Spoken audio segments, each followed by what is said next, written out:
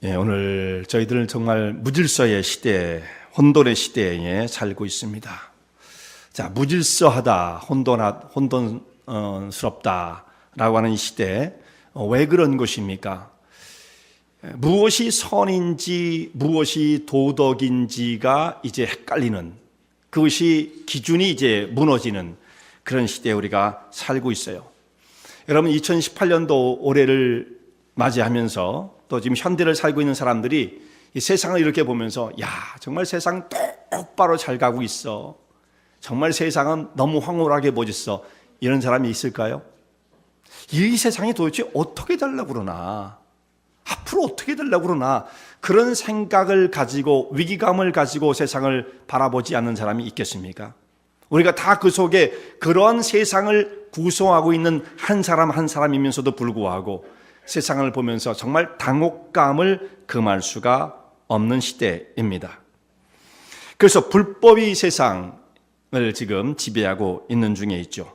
세상에서 그래서 사람들에게 무엇을 가르치느냐? 사람들에게 세상의 흐름 속에서 가르치고 있는 말은 무엇입니까? 당신들이 원하는 대로 무엇을 원하든지 다른 사람에게 직접적인 피해만 주지 않는다고 한다면 뭐든지 원하는 대로 해라. 그것이 선이다. 이것을 가르치는 시대에 우리가 살고 있습니다. 그래서 당신의 생활을 통제하는 룰 같은 거, 어떤 삶의 일정한 기준, 이런 것은 없다. 더 이상 존재하지 않는다. 그런 것은 지나간 시대의 낡은 종교적인 억압이다. 이렇게 취급을 해버립니다. 자, 이런 정신들은 갑자기 오늘 시대에 하루아침에 딱 튀어나오는 것이 아니고 이 모든 것들은 사실 우리의 마음속에 부패되어진 인간의 영혼 속에 다 간직하고 있는 것들이었어요. 사람이 그렇게 살면 안 되니까 그럼 세상이 어떻게 되겠습니까? 그러니까 과거에서는 통제력이 있었던 과거는 어떤 몇몇 깨우침을 갖고 있는 철학자라든지 이런 사람들이 사회를 어떻게 하면 안정되게 할 수 있을까라고 하는 그런 가르침들을 통해서 그런 것들이 함부로 막 분출하지 못하도록 통제를 해왔습니다. 어느 사회나 마찬가지예요. 근데 대표적으로 기독교의 문화가 지배하고 있었던 그 유럽의 사회에서는 기독교의 하나님의 말씀의 가르침이 깊이 뿌리를 내리고 있었기 때문에 성경의 가르침을 따라서 인간은 어떻게 살아야 된다라고 하는 기준이 분명했던 거예요. 그 기독교의 세력이 세계를 지배하고 있을 때에는 자기의 육신적이고 이 인간의 욕망이 있지만 그걸 마음대로 분출해 살 수는 없었던 거예요. 그럼 정죄를 받고 사회에서 비난을 받으니까 그러지를 못했던 것입니다. 근데 이것이 그렇게 내재했던 것이 한번 분출되어지고 폭발하는 계기가 있었는데 이것이 1789년에 일어났던 프랑스 혁명입니다. 그게 프랑스 혁명에 대해서 이제 역사적으로 보는 그 견해는 정치적인 것, 사회적인 것, 경제적인 것 여러 가지가 복합되어 있어요. 물론 그것이 어떤 마지막 한계점에 와서 왕정의 체계로는 도저히 그 상황을 극복할 수 없는 어떤 그 한계점에 도달했기 때문에 혁명이 났다 이렇게 생각할 수도 있지만 또 한 가지는 뭐냐면 이 프랑스 사회 사람들이 가지고 있었던 생각 중에 우리 마음대로 살고 싶다라고 하는 생각이 있었던 거예요. 우리 마음대로 살고 싶다. 뭐 누군가 우리한테 와서 이렇게 살아라 저렇게 살아 그런 거 지배하는 거 싫고 마음대로 생각나는 데 살고 싶다라고 했던 것입니다. 그래서 그 사람들이 맨 먼저 내걸었던 것이 뭐냐면 자유예요. 자유. 이게 자유라는 것이 좋게 말하면 너무너무 좋은 것이지만 자유를 잘못 사용하게 되면 뭐가 됩니까? 방종이 되어지는 거죠. 자유, 평등, 박애 좋은 말은 다 갖다 붙였어요. 그렇지만 그 속에 사람이 갖고 있었던 것은 우리 마음대로 어떤 기준이 뭐가 있어, 어떤 룰이 뭐 있어, 마음대로 살고 싶어 라고 했던 생각이 이 혁명으로 폭발되어 나왔던 것입니다. 그러다가 이제 세월이 흘렀어요. 그러다 1968년 5월에 또다시 프랑스 파리에서 혁명 같은 일이 벌어지게 되어지는데 이것을 그래서 68 혁명이라고 말을 해요. 두 번째 혁명이 일어났습니다. 이때는 뭐냐? 이때는 그 한 번 걷어낸 그거 갖고도 안 되겠다. 이제는 정말 우리 원하는 대로 그래서 여기서 나왔던 것들이 뭐냐면 동성애의 문제라든지 사람이 뭐 어떻게 살든지 뭐 하여튼 어떤 세상적인 어떤 기준과 틀을 다 제거해버리자라고 했던 것입니다. 그러니까 뭐예요? 무한정의 자유, 그건 자유가 아니죠. 방종이죠. 끝없는 방종. 이것을 그 사람들이 원했던 거예요. 그래서 68년도에 대학가에서 일어났던 파리를 중심으로 일어났던 그 혁명이 전 세계로 퍼져나가면서 집시 문화가 세계에 이제 뭐 없었던 것은 아니지만 이것이 대중화되게 눈에 두드러지게 나타나기 시작하고 이것이 전 세계로 문화로 확산되어지기 시작합니다. 한국에서 우리가 한국에서 대학을 다니셨던 분들 한국에 있는데 우리가 저도 거기서 있었습니다만 5월 되면 막 축제를 하잖아요. 막 뭐 대단한 것처럼 자기들이 뭐 이렇게 대단하다고 축제를 하면서 막 놀고 그러잖아요. 그게 바로 그런 어떤 5월 달에 났던 혁명을 생각하면서 모든 기준과 어떤 제도라든 것은 의미가 없는 것이다. 너희 인생을 즐겨라. 라고 하는 그런 사상이 온 세계로 급속도로 퍼져나가게 되었던 것입니다. 그 결과 이제 어떻게 되었느냐? 동성애 문제는 문제도 아닌 것이 되었어요. 점점 과거에는 사실상 이것이 커다란 수치요 부끄러운 일이요 있어서는 안 될 금기의 사항이었지만 이제는 오히려 그들이 소수, 우리가 말을 그렇게 붙잖아요. 성소수자, 동성애자 이렇게 부르면 또 차별이라고 말을 해요. 그래서 어떻게 불러요? 성소수자 이렇게 불러야 돼요. 성소수자 이제는 소수자도 아니에요. 잘못하면 그 사람들이 이제 아주 다수를 차지할지도 모르겠다는 그런 위기감을 우리가 갖게 되어집니다. 그리고 여러분 어디까지 왔느냐면 남자 여자가 구분이 없는 시대가 되어버렸어요. 앞으로는 당신이 남자입니까 여자입니까 물어보면 인권 침해가 되어진다고 하는 세대가 곧 올 거예요. 겁나는 세상이죠. 이게 뭡니까? 당신 남자예요 여자예요? 당신 나 지금 헐트 당했어. 이런 시대가 올 거라니까요. 이게 세상이 지금 어떻게 되려고 그러는 겁니까? 어떻게 되려고 그러는 겁니까? 이렇게 무질서와 혼돈, 이게 이런 식으로 세상이 흘러가다가 믿든 안 믿든 이 세상을 바라보면서 야 정말 세상 똑바로 잘 가고 있어 이렇게 생각하는 사람이 한 사람이 있겠습니까? 모두가 다 위기야. 왜 이렇게 됐을까? 세상이 왜 이 모양이 됐을까? 생각을 하게 되어집니다. 이런 현상은 현대 사회의 도덕적 기준들을 다 무시해버리게 되어지고 어떤 삶의 기준 이런 것들을 다 깨트려버리는 결과를 낳게 되었어요. 그래서 오늘 우리가 살펴보는 이 십계명의 말씀, 이 십계명의 말씀은 더더욱 우리에게 중요한 의미를 가져다 줍니다. 사람은 어떻게 살아야 되나 그 기준을 분명하게 명백하게 지시하고 있는 말씀이고요. 우리가 이 말씀을 통해서 정말 우리가 추구하고 바라봐야 할 세계가 무엇인지를 다시금 교훈을 얻게 되어집니다. 그리고 어떤 분은 십계명 말씀 이걸 가지고 영화를 만들었는데 아마 그게 60년대 언제쯤에 만든 영화일 거라고 생각해요. 10개. 그 영화 다 보셨죠, 그 영화? 그 영화를 보고 야, 내가 하나님을 믿어야겠다. 이렇게 생각하신 분이 계시대요. 예, 그 신앙을 갖게 되었다고. 그런데 그만큼 오늘 지금 우리 영화는 아니지만 이 말씀을 통해서 오늘 우리들에게 들려준 메시지가 무엇인지 한번 여러분 생각해 보실 수 있기를 바랍니다. 근데 이 율법에 대한 것은요, 부정적인 생각이 많고 율법에 대한 오해가 너무나 극심합니다. 제가 3, 4년 전에, 그러니까 2014년부터 2015년 이 두 해에 한 번에 십계명 설교를 다 하기는 조금 길고 부담스러워서 반씩 나눠서 했습니다. 그래서 6주씩 해가지고 어떤 것은 2번 설교를 했고 서론도 있었고 그랬기 때문에 12주를 설교를 했는데 그 십계명을 설교하는 중에 어떤 새로운 사실을 깨닫게 되었고 십계명이 딱딱한 것으로만 알았는데 오늘 우리에게 주시는 교훈이 참 중요한 것을 깨닫게 되었습니다. 이런 분들도 계셨고요. 또 모든 분들이 다 그런 건 아니에요. 어떤 분은 저에게 조심스럽게 찾아오셔서 이렇게 말씀하신 분이 있었어요.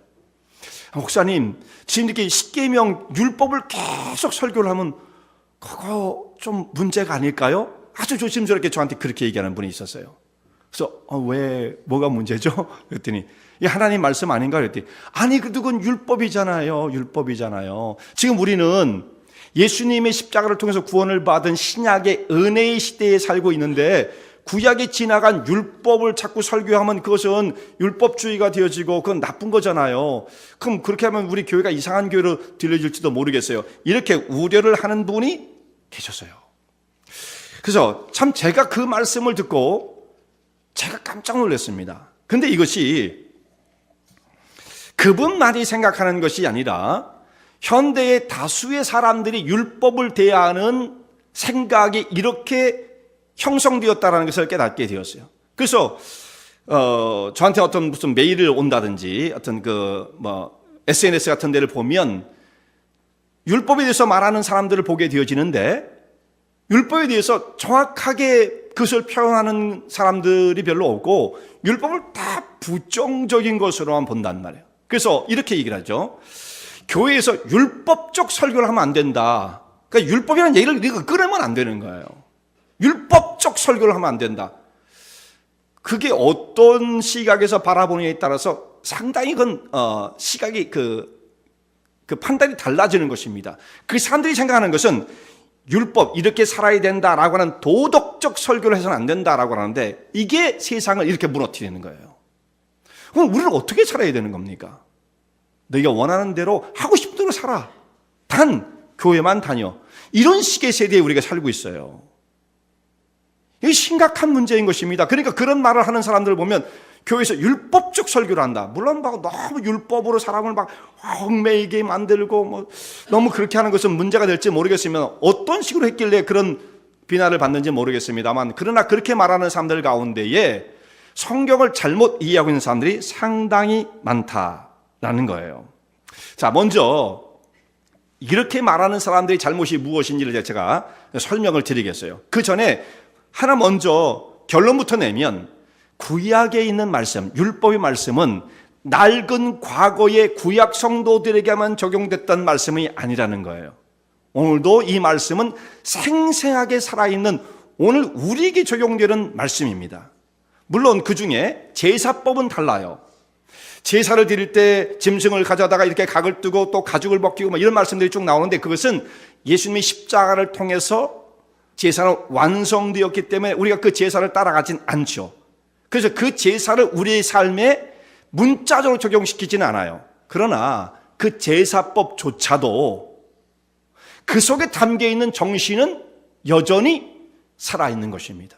그 속에 우리에게 가르쳐주는 엄청난 교훈의 말씀이 많은 거예요. 그것이 다 과거에 지나간 의미 없는 것이 아니라는 것, 이것을 먼저 분명히 하고 왜 사람들은 율법에 대해서 그런 생각을 갖게 되었을까? 이 부분을 생각해 보도록 하겠습니다. 자, 문제는 뭐냐면 율법이 나쁜 것이 아니고 율법주의가 나쁜 거예요. 율법주의가. 사도 바울은 율법주의를 경계하라고 하는 의도를 가지고 율법에 대해서 몇 번 얘기한 것이 있는데 그것을 사람들이 잘못 이해해서 율법이 나쁜 거구나 이렇게 잘못 오해를 하고 그것이 좀 와전되어 있을 수 있다라고 생각이 되어지는데요. 오늘 그래서 우리가요 뭔가를 알고 있는 것 같은데 잘못 알고 있는 것이 참 많습니다. 그래서 우리가 이게 영적인 눈을 이렇게 열어야 되고 어떤 고정된 시각에 자기가 알고 있는 것이 다라고 생각하면 안 됩니다. 저도 마찬가지죠. 여러분도 마찬가지고 내가 알고 있는 것이 이게 다야. 그 남들이 생각하는 건 다 틀렸다. 이렇게 생각하면 안 되죠. 진리를 향해서는 우리 성도들의 사람의 마음이 열려 있어야만 진리에 접근할 수가 있어요. 자기가 고정된 시각을 가지고 틀린 건데도 그걸 붙잡고 고집을 하게 되면 이게 참 문제인데 많은 사람이 잘못 알고 있다는 거예요. 이것만이 아니고 다른 사실들도 이것이 한 예가 되어지는 것이죠. 사도 바울이 율법에 대해서 말을 할 때 이런 말씀을 합니다. 갈라디아서 3장 10절 말씀 보면 이런 말이 나와요. 무릇 율법 행위에 속한 자들은 저주 아래 있나니. 이런 말을 들으면 율법의 행위 아래 있으면 저주 아래 있다. 그건 나쁜 거죠. 율법이 이거 나쁜 거구나. 이런 생각을 갖게 되어져요. 또 로마서 4장 15절 말씀 보면 율법은 진노를 이루게 하나니 율법이 없는 곳에는 범함도 없느니라. 우리가 율법 때문에 불행하게 되온 거구나. 율법이 없으면 범함도 없는 건데 이 율법 때문에 우리가 이렇게 나쁘게 되었구나. 율법은 하나님의 진노를 이루는 거다. 율법이 부정적인 거다. 이런 인식을 물론 가질 수가 있어요. 근데 이것은 여러분 성경은 거듭해서 말씀드리지만 한 절만 또 혹은 뭐 한 절에 한 단어만 이렇게 생각하면 안 되죠. 사람 대화를 할 때에도 앞뒤를 다 잘라버리고 자기가 들은 것 딱 하나만 너 나쁘대 이 얘기만 막 강조해가지고 사람들이 전해주면 그 싸움 나잖아요. 원래 그렇게 하는 게 아니잖아요. 성경 말씀도 마찬가지죠. 바울이 말하려고 했던 것은 의도는 그게 아니었던 거예요. 한 절만 강조하면 율법은 부정적인 것으로 비춰질지 모르지만 바울이 말씀하고자 했던 것은 율법이 나쁘다는 것이 아닌 것이고 율법주의에 대한 공격이었던 거예요. 왜 율법주의를 공격했느냐면 사람들이 율법을 가지고 자기의 의를 자랑하려고 했던 사람들이 있었거든요. 구약시대나 신약시대나 모든 사람이 구원을 받는 것은 똑같이 무엇으로 받느냐? 방법이 틀리지 않아요. 구약시대에도 구원의 방법은 이게 시대가 한다고 해서 여러분 구원의 방법이 이 시대에 다르고 저 시대에 다르고 그럴 수 있겠습니까? 언제나 동일합니다. 그럼 구원의 방법은 무엇이냐? 하나님의 은혜로 받는 거예요. 율법을 지킴으로써 구원받는 사람은 한 사람도 없습니다. 그러니까 하나님이 율법을 왜 주셨느냐? 구원을 받게 하기 위해서 너 율법 다 지켜 그럼 내가 너 구원시켜줄게 이런 의도로 주신 것이 아니라는 거예요. 만약에 하나님께서 이 율법을 통해서 구원받을 수 있는 길이 열렸다고 한다면 예수님께서 이 땅에 구태여 오실 필요가 없어요. 이미 구원의 길을 마련해 주셨는데 뭐하러 예수님을 또 보내십니까? 하나님께서는 율법을 구원을 위해서 주신 것이 아니라는 게 너무 분명한 사실입니다. 이것을 오해해서는 안 돼요. 바울은 바로 그것을 말하는 겁니다. 야, 율법을 너희에게 주신 것은 구원을 위해서 주신 것이 아니야. 율법 지켜서 구원받아 주신 것이 아니야. 근데 이걸 오해를 하는 거죠. 그 당시 바울과 함께 살았던 사람들은 자기 율법을 지킴으로써 의롭다, 우리 같은 사람이 없다, 우리는 대단하다, 우리는 하나님의 백성이다 이러면서 막 자기를 자랑했거든요. 그러니까 바울이 그걸 보면서 야, 그 말도 안 되는 소리야. 율법은 그런 의도로 주신 것이 아니야 라고 말하는 과정에서 이런 말씀들을 하셨던 거예요. 그러니까 율법은 뭐냐면 오히려 정죄하는 것이고 하나님 앞에 죄인인 것을 깨닫게 해주시는 것이지 율법을 통해서 구원받게 되어진 것이 아니라는 말씀입니다. 그럼 구약에는 어떻게 구원받았습니까? 구약에도 은혜로 받는 거고요. 신약의 시대에도 은혜로 구원을 받는 거예요. 이것이 한 번도 달라진 적이 없었다라는 말씀입니다. 자, 애굽을 나와서 지금 가나안 땅을 향해서 가고 있는 이스라엘 백성들에게 이 말씀을 주신 거잖아요. 자, 이 이스라엘 백성들에게만 우리가 생각해 봐도 구원을 어떻게 받는지 너무 분명해집니다. 율법을 통해서 구원받나요? 아닙니다. 하나님께서 율법을 먼저 만들어가지고 이스라엘 백성들, 가나안의 그 애굽에 살고 있는 백성들에게 율법을 주면서 야, 너희가 이 율법을 다 지키면 내가 너희를 바로에게서 건져줄게. 내가 구원시켜줄게. 가나안 땅으로 인도해줄게. 하나님 그렇게 약속하셨습니까? 율법은 그런 게 아니에요. 그렇게 할 수 있는 사람은 아무도 없습니다. 하나님께서 그렇게 주신 것이 아니고 이스라엘 백성들 값없이 하나님의 은혜의 손길로 건져내시고 난 후에 율법을 주신 거예요. 율법은 구원의 수단이 아니었다라는 말씀이죠. 구원은 어떻게 이루어집니까? 무조건적인 하나님의 은혜로 이루어지는 거예요. 똑같죠. 신약시대나 구약시대나 똑같아요. 바로 밑에서 고통당하는 자들에게 하나님께서 모세를 보내시고 모세를 통해서 전해준 말씀, 그 말씀을 믿고 유월절 양 똑같은 거잖아요. 유월절 양을 의지하는 사람, 곧 예수 그리스도를 의지하는 사람. 유월절 양은 그리스도를 상징했으니까 그리스도를 의지하는 사람이 구원을 받는 것이다. 신약이나 구약이나 구원의 방법은 동일한 것입니다. 너무 똑같죠. 근데 이후에 이런 것들을 잘 깨달을 필요가 있어요. 그러니까 바울은 말했던 것이 뭐냐면 율법주의를 공격했던 거지 율법 자체를 공격한 것이 아니에요. 바울은 오히려 이렇게 말합니다. 바울은 이제 많은 사람이 오해를 했던 것인데 여러 번 이렇게 말한 적이 있어요. 바울은 율법에 대해서 로마서 7장 7절 말씀 보면 우리가 무슨 말 하리요? 율법이 죄냐? 그러니까 율법에 대해서 통해서 구원받지 못한다고 자꾸 말을 하니까 사람들이 그럼 율법이 잘못된 거야? 나쁜 거야? 우리를 죄인 만드는 거니까 나쁜 거래? 이렇게 생각할까 봐 바울이 이렇게 질문을 던지는 거예요. 율법이 죄냐? 혹은 율법이 악한 거냐? 아니라 그렇지 않다. 이렇게 말합니다. 이게 로마서 7장 7절 말씀인데 우리 성경에 그냥 율법이 죄냐? 아니라 이렇게 표현을 했어요. 근데 원래는요, 이게 아니고 율법이 죄냐? 원래 헬라어의 구문에 보면 아니라가 정도가 아니에요. 결코 아니라, 이 결코가 들어가야 됩니다. 결코. 우리 성경은 그냥 밋밋하게 번역을 했어요. 결코 아니라. 절대로 그럴 수가 없다는 거죠. 죄이긴커녕 어떻게 그게 죄가 될 수 있습니까?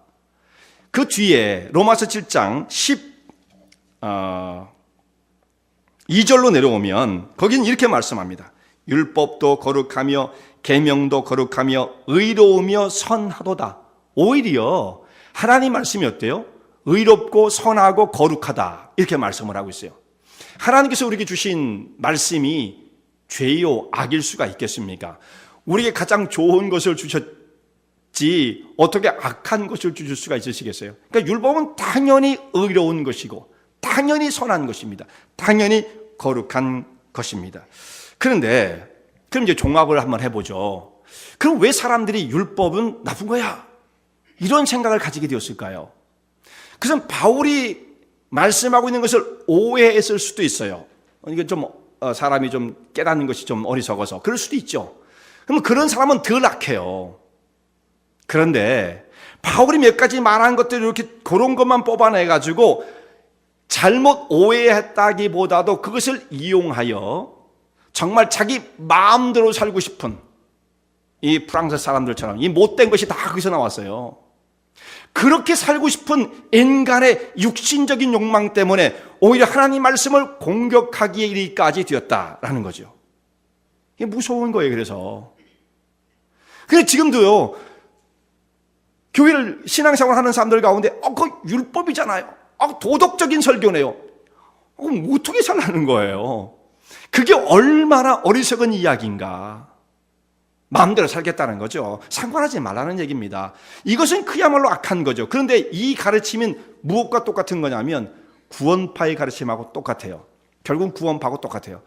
자기들은 구원파 아니라고 그러겠죠. 그러나 주장하는 바는 구원파와 동일한 것입니다. 구원파 사람들은 뭐라고 말합니까?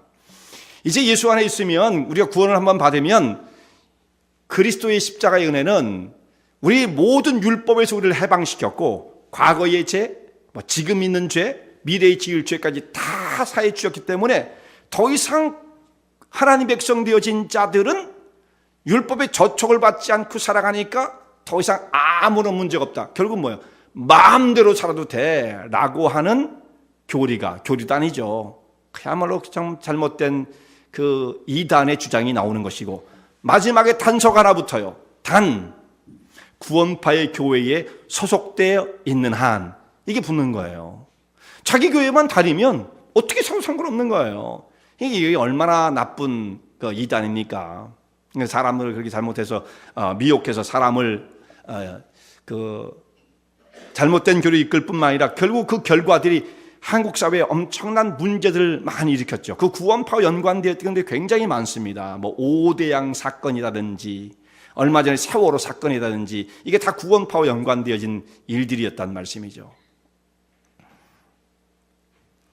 자, 그래서 율법에 대한 오해, 이것은 하나님 말씀을 잘못 깨닫고 있기 때문에도 그럴 수도 있지만 인간의 악한 본성 때문에 율법을 인정하고 싶어하지 않는 사람들 때문에 이렇게 되었다라는 것입니다.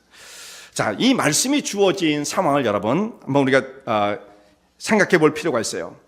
시내산, 지금 이 말씀이 그냥 중간에 갑자기 나온 것이 아니고 이스라엘 백성들이 애굽을 나와서 홍해를 건너 광야를 거쳐서 지금 시내산에 도착했죠. 우리가 지난주에 그 말씀을 살펴봤어요.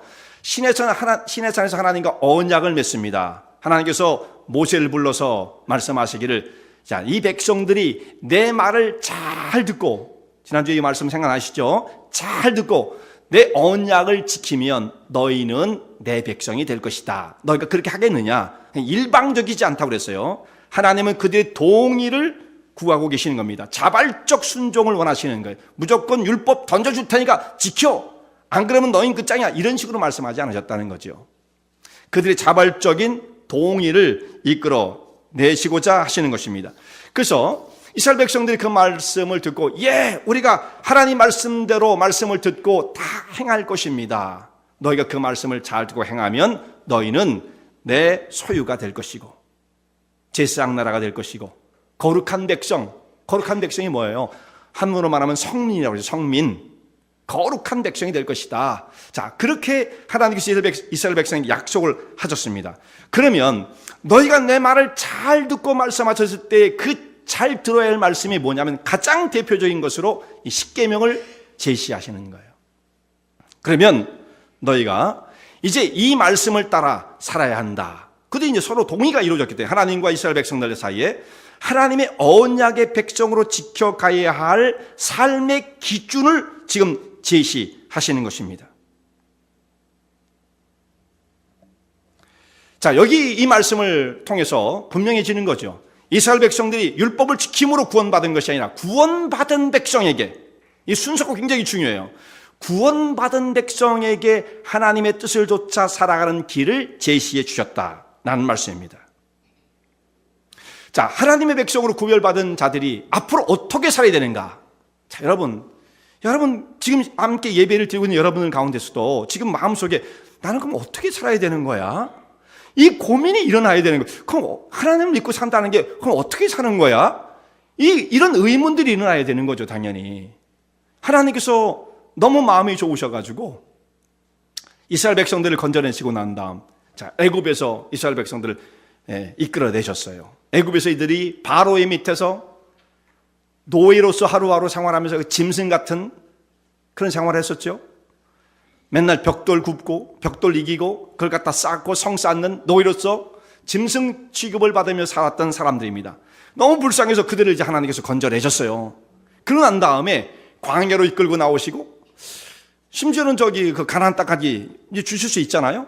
그 모든 그 땅의 기회를 다 허락하신 다음에 야, 이제부터는 너희를 괴롭히는 모든 것이 다 없어졌다. 더 이상 성을 쌓을 필요도 없고 바로의 눈치를 볼 것도 없고 뭐 너희는 완전히 프리한 백성이 되었으니까 너희들 마음대로 살아라. 하나님 여러분 그렇게 하시겠습니까? 야, 기왕에 너희들 인도해낸 거 그냥 무한정의 프리를 주겠다. 마음대로 살아라. 하나님 그렇게 하시겠습니까? 말도 안 되는 거죠, 그야말로. 하나님은 하나님 백성들이 기대하시는 삶이 있는 거예요. 그들이 살아가야 할 마땅한 길이 있는 거예요. 그게 바로 도덕인 것입니다. 그게 바로 성경에서 말씀하시는 하나님의 율법의 말씀인 거예요. 그러니까 도덕적인 설교를 한다, 율법적인 설교를 한다. 그럼 어떻게 살자는 거냐 말이에요. 어떻게 살자는 것입니까? 그냥 교회만 나와, 그냥 교회만 나오면 돼. 이게 지금 이 세상을 이처럼 어지럽게 만드는 것이고 모든 율법과 기준을 철폐하고자 했던 그 허접지 않은 그 혁명들, 말도 안 되는 그 혁명들 속에 같이 동조하고 있는 거나 마찬가지인 거죠. 무서운 거예요. 이게 기독교의 사상 속에서도 그냥 파고드는 거죠. 우리는 도덕적일 수밖에 없는 거예요. 하나님 백성은 물론 부족합니다. 아무도 도덕적이진 않아요. 아무도 거룩한 사람은 없어요. 그러나 거룩을 향해서 가야 되는 거예요. 우리는 다 도덕적일 수 없는 사람이지만 도덕을 향해서 우리 삶을 드려야 하는 것입니다. 이게 하나님께서 우리 성도들이 기대하시는, 요구하시는 삶인 것입니다. 율법주의는 나쁘되 율법은 오늘 성도들의 삶을 가르쳐주는 너무도 중요한 삶의 지침, 가르침이 되어지는 것입니다. 이것은요, 구약시대만 그랬던 것이 아니에요. 사도 바울이, 신약에도 똑같습니다. 사도 바울이 편지를 써서 구원을 가르쳐 줄 때 구원에 대해서 가장 일목요연하게 논문처럼 기술되어진 말씀이 로마서의 말씀이잖아요. 로마서 1장부터 16장까지의 말씀이 쭉 펼쳐지게 되는데 그 중에 1장부터 11장까지 1장부터 11장까지가 교리에 관한 거예요. 그 교리가 뭐냐면 어떻게 사람이 왜 죄인인가, 어떻게 해서 그 죄에서 사함을 받게 되어지는가, 예수님은 우리 위해서 무엇을 하셨는가, 뭐 이런 말씀들을 쭉 기록했어요. 그것이 8장까지 기록되어지고 90, 11장은 이스라엘 백성들이 그럼에도 불구하고 돌아오지 않으니까 이스라엘 백성들을 향한 바울의 어떤 기도, 안타까움, 그리고 하나님의 섭리에 대해서 잠깐 거기서 그 말씀을 기록하고 있다가 12장으로 오면서 이제 그래서 결국은 크게 보면 1장부터 11장까지가 교리고 12장에 오면서 그때부터는 그 구원받은 백성은 어떻게 살아야 하는가라고 하는 삶의 지침, 삶의 윤리를 가르쳐 주는 것입니다. 여러분, 그래서 로마서 12장 1절에 어떻게 됐어요? 그러므로 이렇게 돼 있어요. 그러므로가 뭐냐면 앞에 있었던 모든 말씀들, 이렇게 하나님의 은혜와 섭리 속에서 구원을 받았은즉 구원을 받은 백성이라고 한다면, 그러므로 너희는 이렇게 구원을 받았으니 이렇게 살아야 된다라고 하는 삶의 방향을 제시하는 바가 로마서 12장부터 마지막 장까지의 말씀인 거예요. 항상 이런 구조로 되어 있습니다. 구원을 받았죠? 마음대로 살아. 에이, 딱 기분이다. 너희들 원하는 대로 살아. 이건 말이 안 되는 거죠. 하나님 백성들에게 구약에도 똑같이 그렇게 하나님의 백성의 길을 제시한 것처럼 신약도 똑같아요, 구조가. 로마서만 그런 게 아니에요. 갈라디아서도 마찬가지예요. 에베소도, 대표적인 에베소도 마찬가지입니다. 에베소는 6장으로 되어 있죠. 3장까지 교리돼서 말을 하고 4장부터는 그러므로 또 나와요. 그러므로 형제들아, 이런 식으로 나온다는 말씀이죠. 그러니까 그 뒤에 가리키는 바는 뭐냐면 그게 다 도덕인 겁니다. 말하자면 그게 율법인 거예요. 이걸 부정을 해요, 사람들이요. 이 시대가 도대체 어떻게 되려고 그러는 겁니까?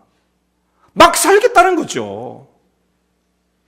이게 오늘 이 시대의 이 어지러움과 이 세상의 혼탁함과, 그러면 그 세상을 바라보면서 정말 이 세상이 어떻게 되려고 그러는 거야 라고 하는 안타까움을 자아내게 만드는 것입니다. 우리가 다 저질러 놓은 것들이죠. 그리고 기독교 속에 정말 스파이처럼 파고든, 정말 독보소처럼 파고든 이 세속주의, 이것들이 교회 안에 서서히 들어와서 사람들의 목을 지금 짓누르고 있는 거예요. 그것도 모르고 그냥 율법주의네, 도덕에 대해서 설교를 하네. 정말 정신 차려야 됩니다. 무슨 사람들이 뭐라고 얘기를 하면 그게 뭐 대단한 것처럼 보이죠. 그걸 크리티컬하게, 그게 무슨 이유를 가지고 그렇게 얘기를 하는지를 정말 여러분들이 잘 생각하셔야 돼요. 정말 혼탁한 시대입니다. 이 말씀, 이 십계명의 말씀은 이스라엘 백성들에게 주어진 말씀이지만 이것은 이스라엘 넘어서 온 인류가 지켜야 할 계명이 되어집니다. 먼저는 이스라엘 백성들에게 구원받고 난 다음 시내산에서 주어진 말씀이죠. 그건 분명해요. 그러나 이것은 모든 시대를 초월해서, 모든 민족을 초월해서 온 인류에게 적용되어야 할 영원한 하나님의 말씀입니다. 우리 십계명은 잘 아는 대로 두 가지의 방향으로 되어 있죠. 그러니까 사람이 하나님과 맺는 관계에 대해서, 또 두 번째는 사람과 사람이 맺는 관계에 대해서 가르친 말씀이에요, 십계명이. 여러분, 이 십계명은 100% 외우고 계셔야 됩니다. 한번 시험을 봐야 돼요. 100% 외우고 계셔요. 뭐 내가 알지도 못하는 거 어떻게 지키겠어요? 알아도 안 지키는데. 그러니까 100% 여러분이 알고 계셔야 돼요. 1계명부터 4계명까지는 하나님과 사람과의 관계, 5계명부터 10계명까지 6가지 계명은 인간과 인간의 관계를 말씀하고 있습니다. 그런데 자, 이 두 번째 나오는 그 하나님께서 모세에게 태블릿 2개를 주셨잖아요. 두 돌판을 이렇게 딱 손에 들고 내려오잖아요. 근데 이제 우리가 상식적으로 생각할 때 여기에 5개가 적혔을까? 반반씩? 아니면 여기에 하나님에 관한 주제로 4개가 적히고 여기는 인간에 관한 것으로 6개가 적혔을까? 그게 좀 더 맞는 것 같아요. 근데 확인하지는 못해요. 우리가 확인할 수는 없어요. 근데 그게 더 맞는 것 같아요. 두 번째 돌판은 인간에 관한 것, 첫 번째 돌판은 하나님께 관한 것, 이렇게 되어 있다고 생각되어집니다.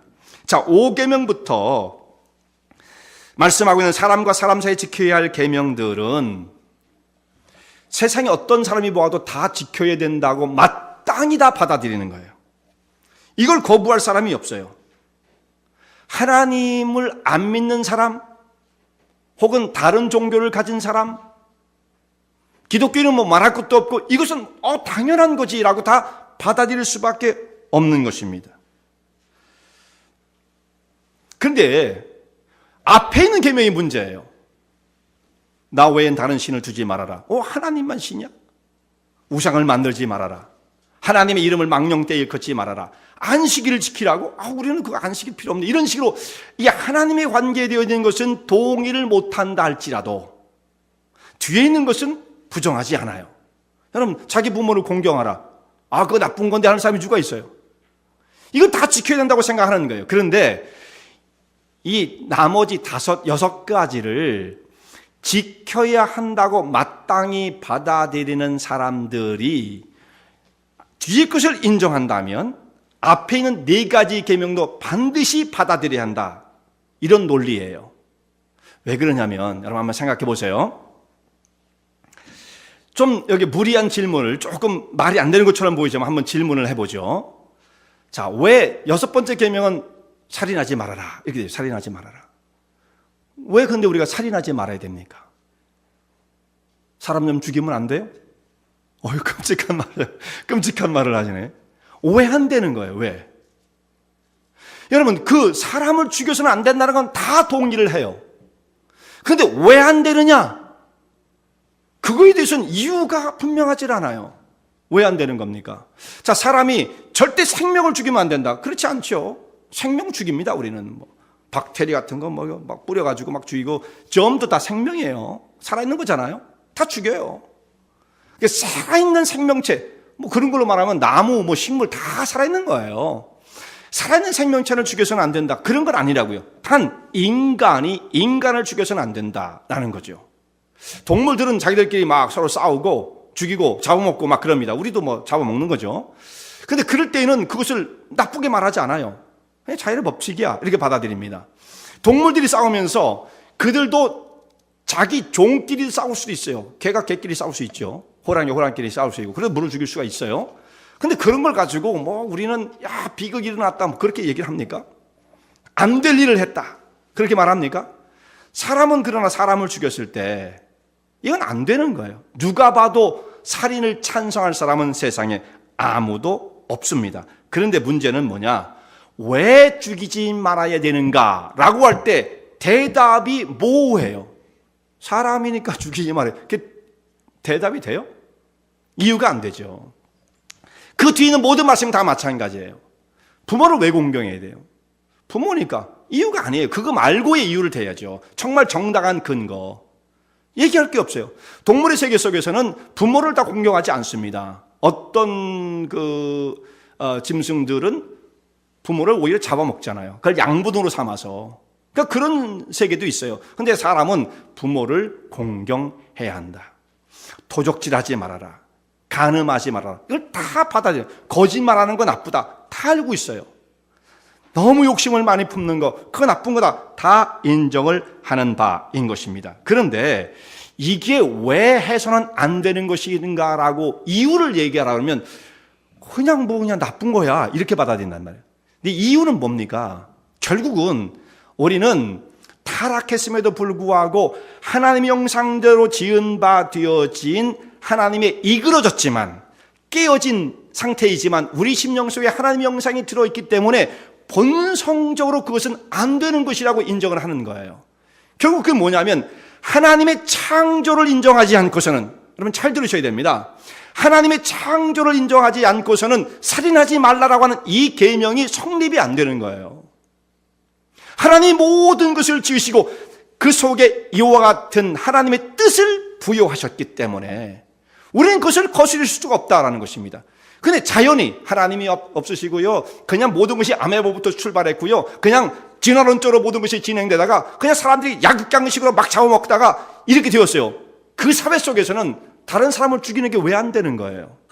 안 될 이유가 없죠. 바로 그겁니다. 그러니까 하나님의 창조를 인정하지 않으면 그 뒤에 있는 6가지의 계명을 지켜야 한다는 근거를 제시할 수가 없어요. 그러나 기독교가 아닌 모든 다른 사회 속에서도 당연히 그건 지켜야 되는 것으로 받아들인단 말이에요. 그 말은 다시 거꾸로 말해서 창조의 하나님을 인정할 수밖에 없다는 거죠. 그러니까 전체의 10계명이 이스라엘 백성들뿐만 아니라 모든 인류에게 시대를 초월하여 적용되어야 할 말씀이다. 영원한 불변의 말씀이다 라는 거예요. 자, 이 말씀은 우리 인간의 행복을 위해서 주어진 말씀입니다. 율법을 생각하면 사람들이 생각하기를 그건 사람을 무겁게 만들고 억압하고 짓누르고 괴롭히는 거야. 아주 율법에 대한 부정적인 생각을 갖고 있어요. 그런 것이 아닙니다. 율법은 결코 그런 것이 아니에요. 이건 정말 어리석은 생각이에요. 십계명을 우리가 이렇게 예를 들 수가 있어요. 십계명은 마치 기차가 레일 위에 있어야 되는 것처럼 우리의 삶을 레일 위에 올려놓는, 그래서 그 속에 무한한 자유를 누리게 해주는 말씀이다라는 거예요. 이것을 깨트리면 오히려 자유가 깨지는 거예요. 여러분, 기차가 레일 위에 있을 때 어떻습니까? 나는 레일 위밖에 못 가니까 부자연스러워, 난 탈선할래. 벗어나면 어떻게 되겠어요? 기차는 고철덩어리 되고 마는 거죠. 그때부터 부자연스러워지는 겁니다. 아무것도 할 수 없어요. 근데 레일 위에 있으면 정말 마음대로 달릴 수가 있죠. 기차에 자기 성능을 다 발휘하고 기능을 다 발휘하고 신나게 쌩쌩 달릴 수가 있는 거예요. 율법은 우리의 삶을 규정짓고 힘들게 만드는 것이 아니라 정말 그 속에 그야말로 무한한 자유, 그 속에서 주어진 자유와 인간의 고귀함을 누릴 수 있게 해주는 중요한 장치인 것입니다. 이것을 근데 사람들은 걷어내고 싶은 거예요. 근데 여러분, 그렇게 걷어내고 사는 사람들의 삶을 한번 들여다보십시오. 그 사람들이 어떻게 살고 있는지, 어떤 행복이 있는지, 정말 슬픔과 좌절과 미움과 분노, 날마다의 다툼, 절망 속에서 고통의 삶을 살 수밖에 없는, 그게 인간의 모습이 실존의 모습인 것입니다. 그것을 벗어나서 사람이 자유할 것 같지요? 자유가 아닙니다. 그 속에 절망이요, 고통이요, 사망이요, 죽음에 이르는 길을 갈 수밖에 없는 것입니다. 오늘 하나님의 말씀은 오늘 우리에게 행복과 생명을 주시고자 주신 말씀인 것입니다. 이 진리의 말씀 가운데 온전히 거하고 오늘도 우리를 향하신 하나님의 뜻이 무엇인지를 바르게 깨닫는 가운데 말씀과 동행하시는 주의종들 되시기 바랍니다.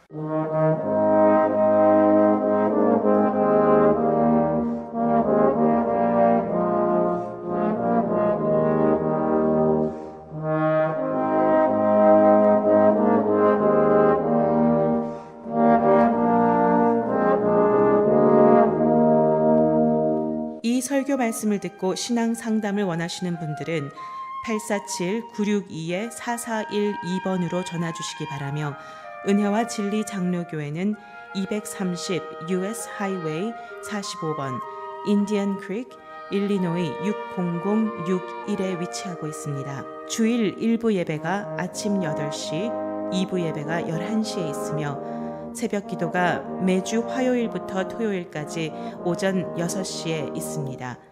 그리고 금요 성경 공부가 저녁 8시에 있습니다. 하나님의 은혜와 은총이 항상 여러분과 함께 하시길 바랍니다.